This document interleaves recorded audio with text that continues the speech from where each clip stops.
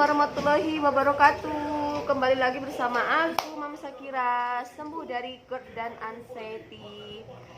Nah, untuk teman-teman di video kali ini sebenarnya aku nih mau ada aktivitas keluar rumah. Jadi kebetulan ada yang aku tunggu. Jadi sambil menunggu aku baru ingat ya, kemarin ada yang minta untuk menjelaskan ya kenapa sering mengalami sakit ya di ulu hati ya. Jadi ini cuman sebatas yang aku tahu ya teman-teman ya. Untuk misalnya kalau kalian mengalami atau merasakan sakit di ulu hati itu dalam jangka waktu yang sudah sering ya, atau sudah mengganggu aktivitas kalian, kalian sebaiknya langsung deh ke dokternya ya. Hubungi ya, datangi dokter yang khusus tahu atau menangani hal tersebut ya teman-teman ya. Cuman karena kalian meminta aku untuk menjelaskan kenapa sih kita orang yang bermasalah dengan lambung itu sering mengalami yang namanya sakit di daerah ulu hati ya teman-teman ya. Nah, yang aku tahu tuh teman-teman ya, ini juga kata dokter ya, kalau orang yang mengalami gangguan pada lambung ya, dan sering merasakan sakit di ulu hati, itu wajar ya teman-teman ya, itu wajar. Jadi kalian tidak usah terlalu bersugesti yang berlebihan.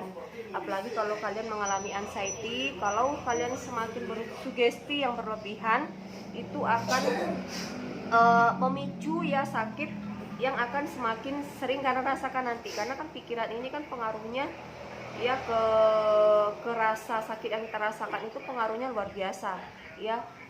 Padahal nggak sakit, tapi karena kita berpikiran sakit terus, akhirnya akan terasa sakit itu. Nah, jadi kenapa ya sering sakit di ulu hati, itu memang pengaruhnya yang pertama dengan memang keadaan gas yang berlebihan ya teman-temannya. Jadi naik ya, akhirnya sering merasakan perih di ulu hati, atau kalian mengalami kayak gastritis ya teman-temannya, kayak infeksi atau peradangan di lambung, itu memang sering merasakan itu.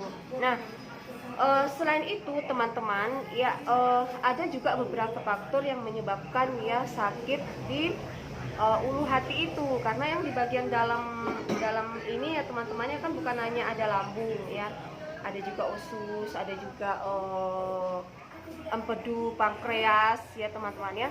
Ternyata kalau kita mengalami gangguan pada organ-organ selain lambung tersebut, itu juga bisa memicu sakit di ulu hati ya teman-teman ya. Jadi misalkan kalau kalian ya, intinya seperti itu aja. Kalau kalian misalnya merasakan itu terus cuman sebentar terus hilang, ya itu wajar ya teman-teman ya. Tapi misalkan kalau itu sudah berlangsung lama ya, dan itu sudah sangat mengganggu, kalian sebaiknya konsultasi langsung ke dokter. Intinya teman-teman, kata dokter ya, itu kembali lagi ke kita. Jadi gimana caranya kita berusaha menjaga yang namanya pola makan ya kan. Jadi balik lagi ke situ, karena kan ini kan ulu hati ini penyebabnya kan bisa karena gas di lambung naik.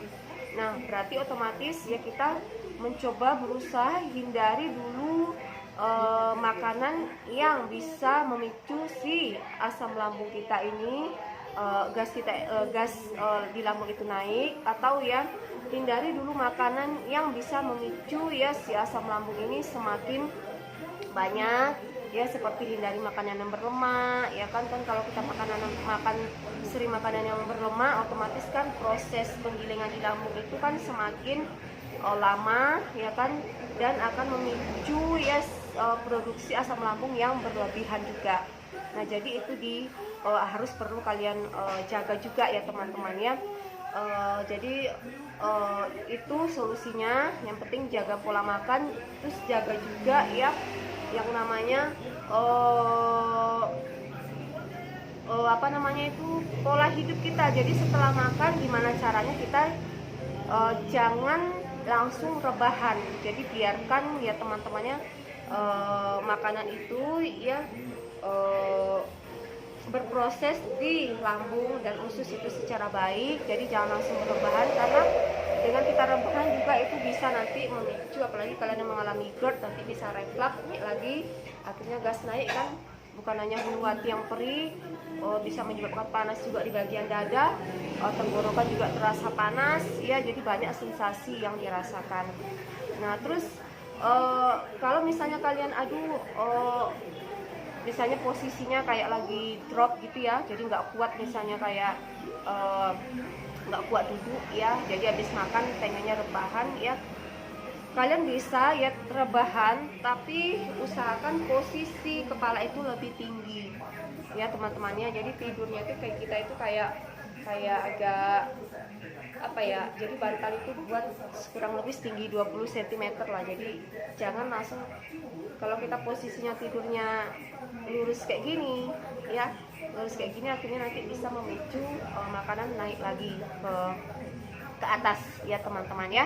Jadi misalkan kalau kalian jadi tidak ada lagi alasan, misalkan aduh siku, atau misalnya aduh aku nih masih ada ngantuk banget ya, itu bukan alasan. Jadi kalau kita pengen betul-betul ya terlepas dari yang namanya sensasi-sensasi itu ya, kita memang harus ya berusaha. Jadi bukan hanya sekedar seperti itu ya, tapi kalian tidak melakukan itu tidak akan membuat keadaan kalian lebih baik, malah nanti akan semakin buruk ya, dan akan lama sembuhnya.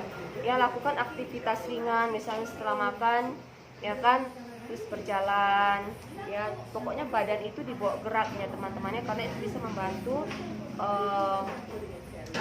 makanan itu turun ya ke usus dengan baik, itu juga membantu ya teman-temannya. Nah jadi intinya untuk yang kalian yang masih sering mengalami rasa sakit di ulu hati ya teman-temannya, kalau kalian pengen lebih tahu ya itu penyebabnya dari mana, seperti yang saya katakan tadi di awal, kalian boleh periksakan dulu, jadi tahu apakah itu memang betul dari si gas di lambung atau dari organ-organ tubuh yang lain, seperti dari pankreas ya kan, atau dari ususnya. Karena kalau kita mengalami gangguan di organ-organ tersebut itu sama ya, sensasi seperti rasa sakit di ulu hati itu juga ada ya teman-teman ya. Oke teman-teman, itulah semoga yang pertanyaan ini yang bertanya ke saya kemarin, saya lupa ya, saya lupa, cuman ada di kolom komentar terus minta dijelaskan, jadi saya bantu jelaskan. Jadi untuk teman-temanku, semoga apa yang aku sampaikan ini bisa membantu ya, terus membuat kalian lebih tenang lagi, dan gak usah khawatir kalau kalian bermasalah dengan lambung, itu masih dalam tahap wajar ya teman-temannya. Kecuali kalau misalnya itu berlangsung lama dan mengganggu aktivitas, ya silakan kalian sebaiknya konsultasi ke ahlinya ya teman-teman ya. Dan kalau kalian suka ya teman-teman, jangan lupa di like dan share juga nih ke medsos atau media sosial yang kalian punya, agar lebih banyak lagi manfaat dari video yang aku bagikan ini. Dan jangan lupa juga yang baru menonton video ku ini ya teman-teman ya, jangan lupa di subscribe. Dan kalau kalian ingin berlangganan, tekan juga belnya agar kalian mendapatkan notifikasi apabila ada video yang aku upload ya, atau video terbaru ya teman-teman ya. Jadi sekian dulu, salam sehat untuk kita semuanya. Yang penting intinya sabar, sembuh itu butuh proses. Jangan lupa juga ya, kalian harus bahagia ya teman-teman ya. Jadi jangan kita hanya membuang waktu untuk memikirkan hal-hal yang negatif terus ya kan, karena kalau dengan kita bahagia itu juga membantu proses kesembuhan diri kita sendiri ya teman-teman ya. Oke, sekian dulu, sampai ketemu di video berikutnya. Wassalamualaikum warahmatullahi wabarakatuh. Dadah.